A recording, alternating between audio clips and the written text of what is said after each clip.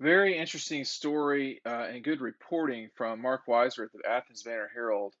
On Tuesday night, Kirby Smart was talking about a text message he got during the halftime of the national championship game in Indianapolis.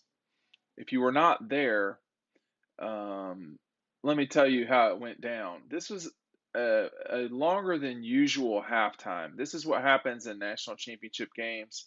Sometimes it happens in semifinals and some other bowl games, but usually in the national championship, there's just so much going on that the halftime is a little bit longer than usual.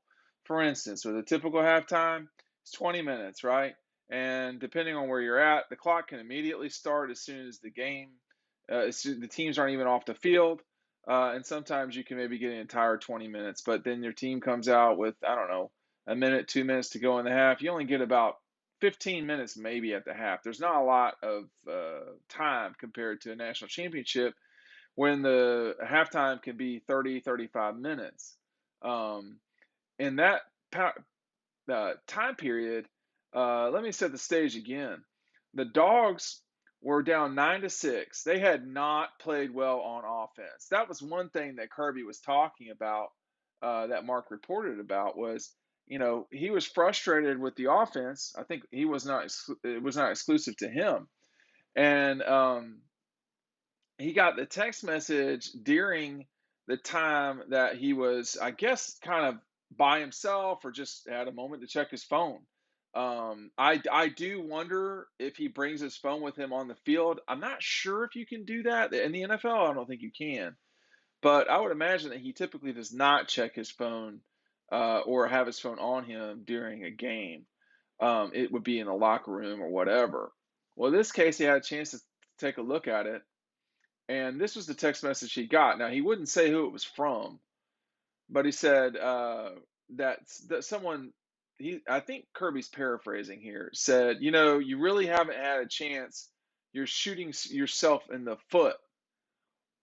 Well, this is what that person meant. They were down 9-6. They weren't doing anything on offense. They had 7 penalties for almost 50 yards. They only had 150 yards of total offense. They weren't doing anything. They weren't moving the ball, nothing. It was bad. I got back at halftime, and I knew we had an extended period of time. But when I got back there, and Dylan Weber and I were shooting on the field for that game, we got a bunch of pictures from the national championship at DAWGSTRUCTION. It's a great refresher to remember exactly how that game went.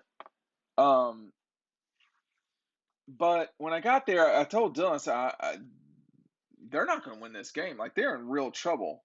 And he said, I know. And one thing I talk about in the book um, is what Kirby said before before the. I'm just reading this now.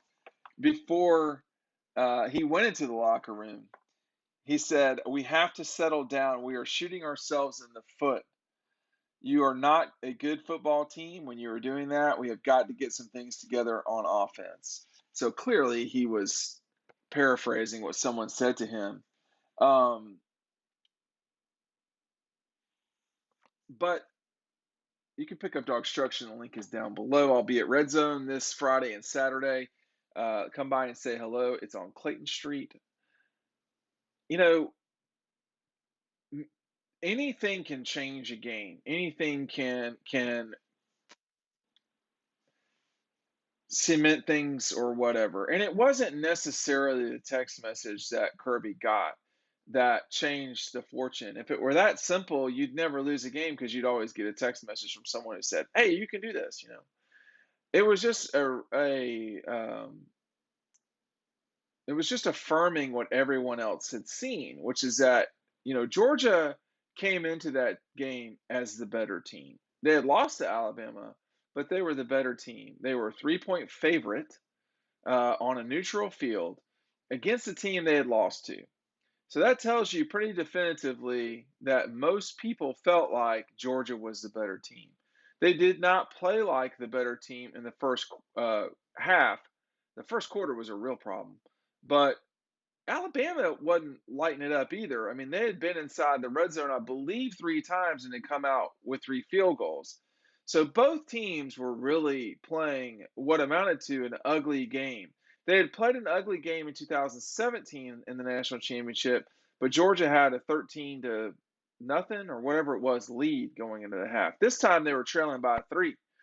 It was the first time it was only the second time in the times that they had played Alabama that they weren't winning at the half. They were winning at the half both times in Atlanta and the time in Tuscaloosa. So I don't know that they were the better team in 18. They certainly were not in 20, but they might have certainly been the better team in 17 had you not had a miracle play from Tua, who did not have a great night. He had a great throw in Atlanta. He didn't have a great night the next time either. It's tough against this Georgia defense, and that was what was keeping them in this game. So here's Kirby Smart pleading with his offense to get their shit together and to go take what they should be winning, which is the national championship. And when they settled down and came out, they became the better team. And all it took was just saying it out loud.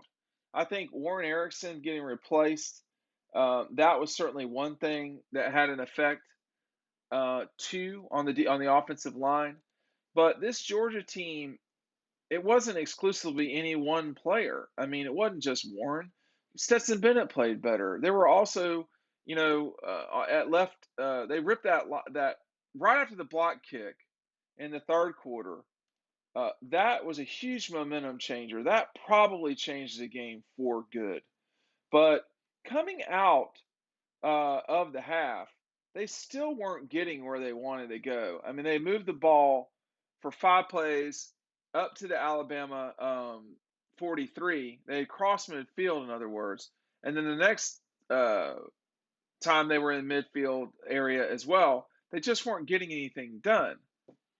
But the block kick set up by the defense, Jalen Carter, and then eventually then the run by James, and then Jalen and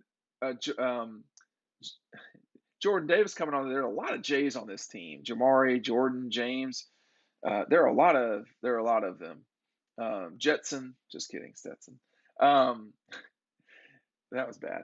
But once that happened, they took control of things and really did what they wanted to do. They had a 4-play drive for 70 yards, touchdown. Then the Stetson fumble, which was not ideal. Then 4 plays, 75-yard touchdown to A.D. Mitchell.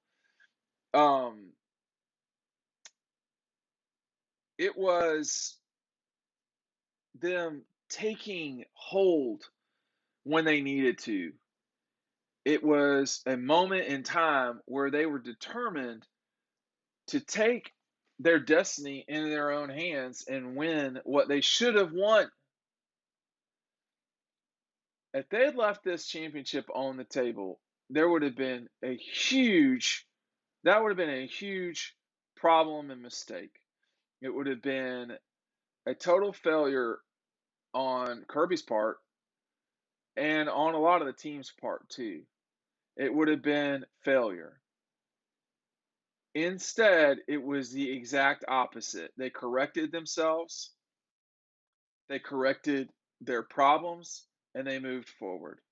They won the national championship. Was it because of a text message that Kirby got in the middle of halftime? No, but it is an interesting anecdote. We'll see you in Athens on Saturday.